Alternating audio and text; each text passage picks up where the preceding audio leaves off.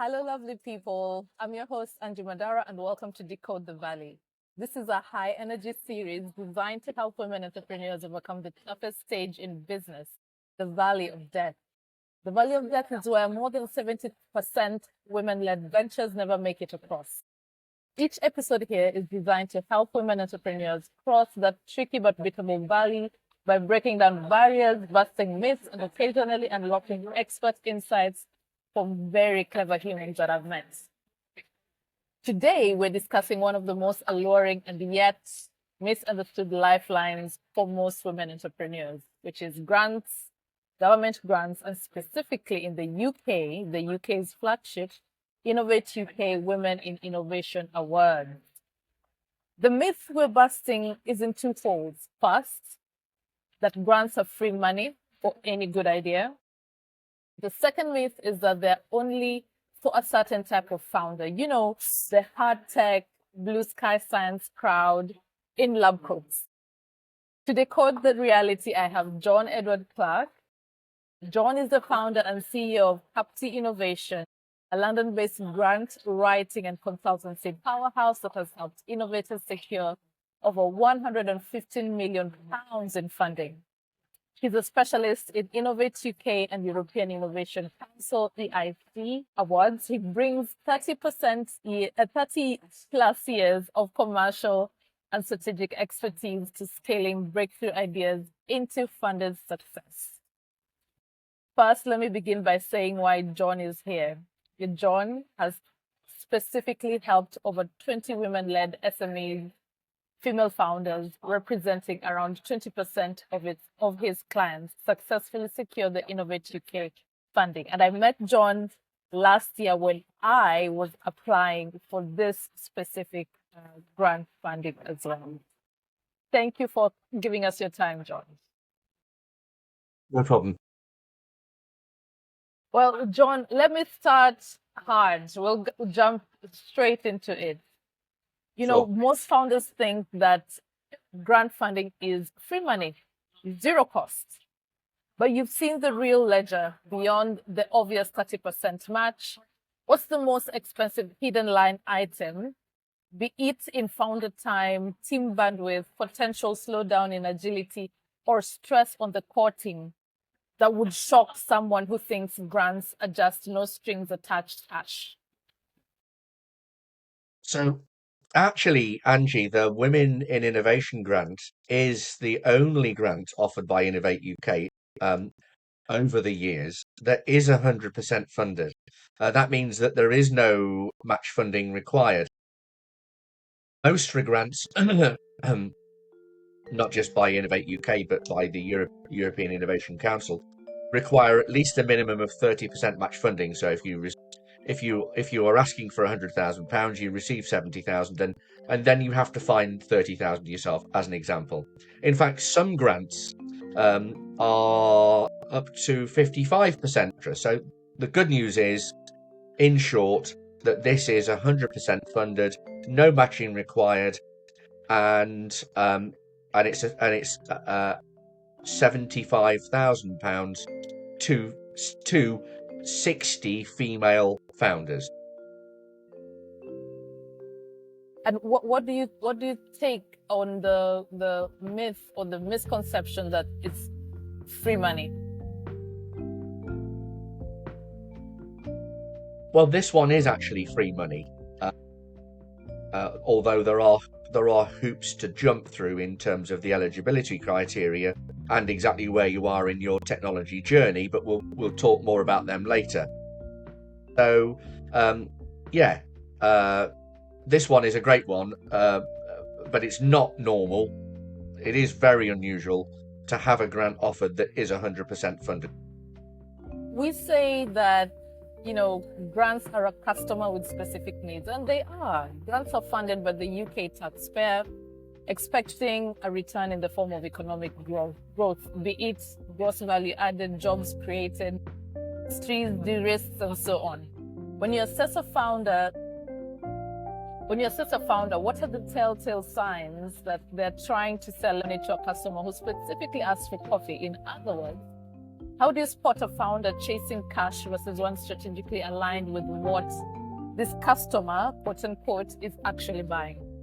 That's a really good one, Angie, because anybody that comes across my desk, all they're really looking for is some kind of funding to make their dream or their reality come true. Um, and often they come in desperation.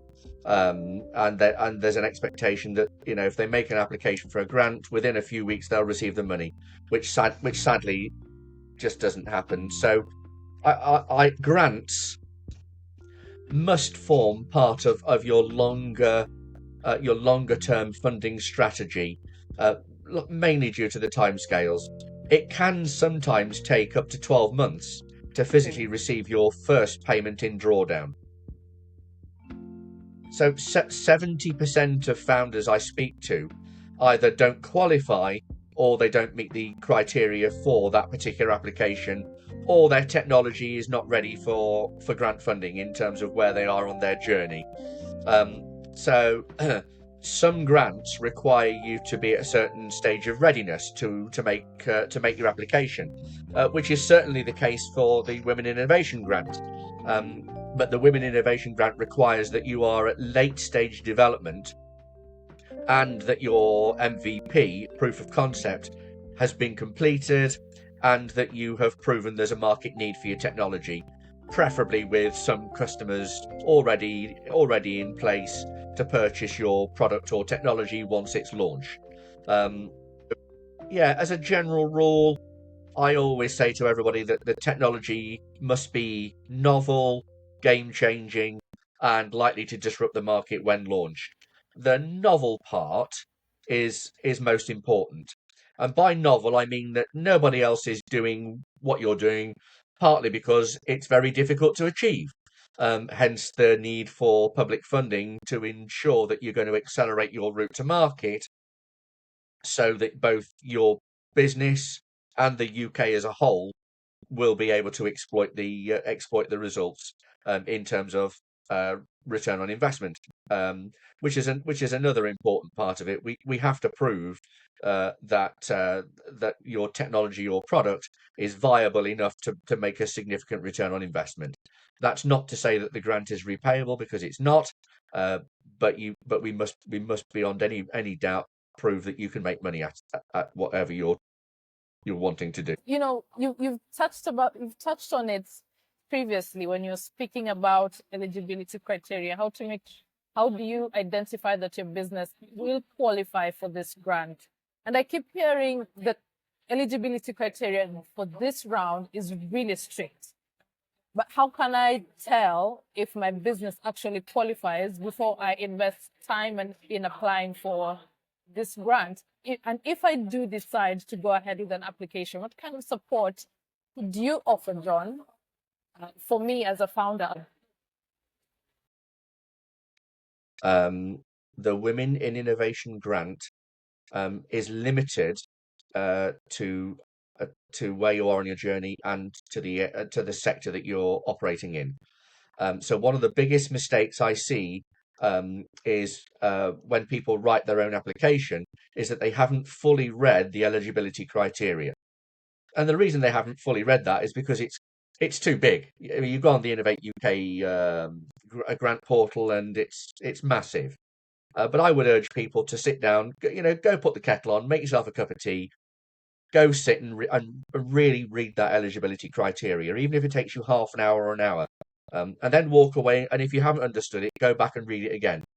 Um, but if you don't read that criteria, the worst case scenario is that it could actually mean that your application is rejected before it's assessed, and it gets thrown out because it doesn't meet criteria.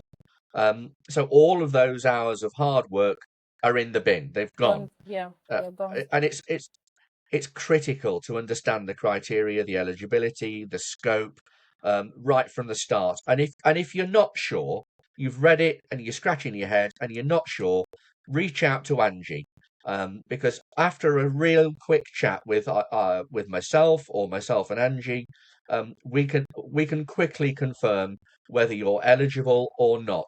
and we can help you with that go no go decision. However, this is I'm going to try and keep this as brief as I possibly can. But there are two important things to consider. First, you must be at a late stage in terms of your technology journey. That means that you have built your prototype or MVP. You've identified early customer interest, or you might be trading right now. And you've got a clear target market, and you've identified that market size. Um, so you've got a good view of your opportunity, and your team beyond any boundaries. You must also have ambitions to scale, um, and raise significant investment in the next 12 to 24 months. The second thing is that the Women Innovation Award focuses on innovations aligned with three of the UK's eight high growth sectors. Now you can Google what those eight sectors are, but the three sectors that Innovate UK are focusing on for the Women in Innovation grant is advanced manufacturing.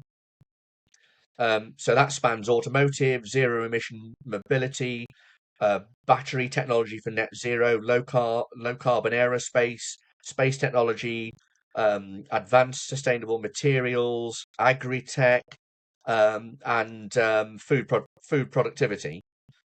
The next is digital technologies, which is advanced AI, cybersecurity, quantum technology, semiconductors, engineering biology, and 5G and 6G next generation connectivity. And I think they also include satellite communications in there as well. And the last is life sciences, which includes biotech, AI-enabled med tech, pharmaceutical, and they're specifically looking for people to step forward in AI to organize health data for personalized medicines in the NHS as well. So if I am a business, I have operated for 3, 4, 5 years, can I qualify for this? And yes, I was the first mover in my industry 2 years ago. Can I apply for this grant? Yeah, you can be pre revenue, or you can be trading. There's no restriction there at all. And in fact, the grants are designed for pre revenue, so to bring female founders along into working for themselves. So yeah, you can. John, last year was a mess. You were with me, and you saw the mess. We had over 1,400 female founders who had spent a combined 61 years to craft their application. This amounted to a loss of revenue of over 14 million pounds, just lost in this process. But at what point in the process do you advise a founder that the grant is now costing you more than it's worth? Let's leave it. It's a good point. Yes, making any application for grant funding is a risk. You're certainly not guaranteed to be to get the funding, to be awarded with the funding, and it can be competitive. This is why over 70% of the founders I speak with decide not to take the risk. With the Women in Innovation grant, even if you're not successful in your grant application, you might also be offered tailored business support, and you can't put a price on that. So we've already mentioned Innovate UK will fund 60 female founders, £75,000 starting from the 1st of July next year to undertake a 12-month project, which is fantastic. 100% funded. And also another part of the grant is that you are required to support Innovate UK in their activities for other female founders. So you have to become a mentor to other female founders, which also will help your business by attending the networking event.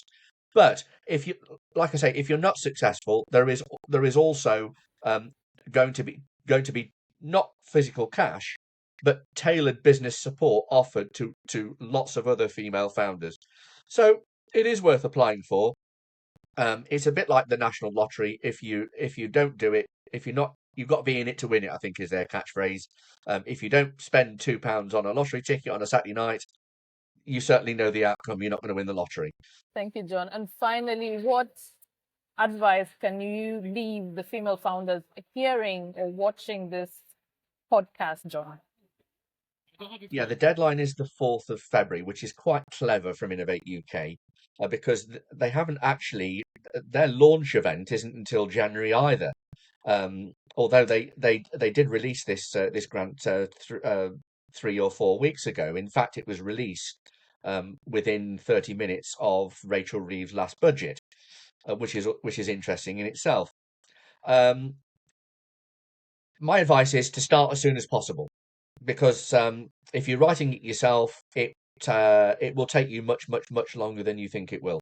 There are 24 questions in this grant to answer. A lot of them are tick boxes, yes, no, select from the list. But there's a lot of writing to do and a lot of information to add. Start as soon as possible. Read the eligibility criteria. If you don't understand it, walk away, read it again. If you still don't understand it, reach out to us.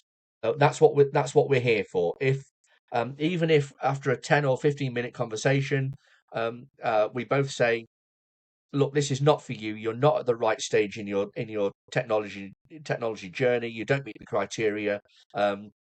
Sadly, let's not waste time. This is not for you. So we are here to help you and support you. If you want to make the application yourself, and then you'd like Capti Innovation to come in and review it for you, more than happy to do that as well.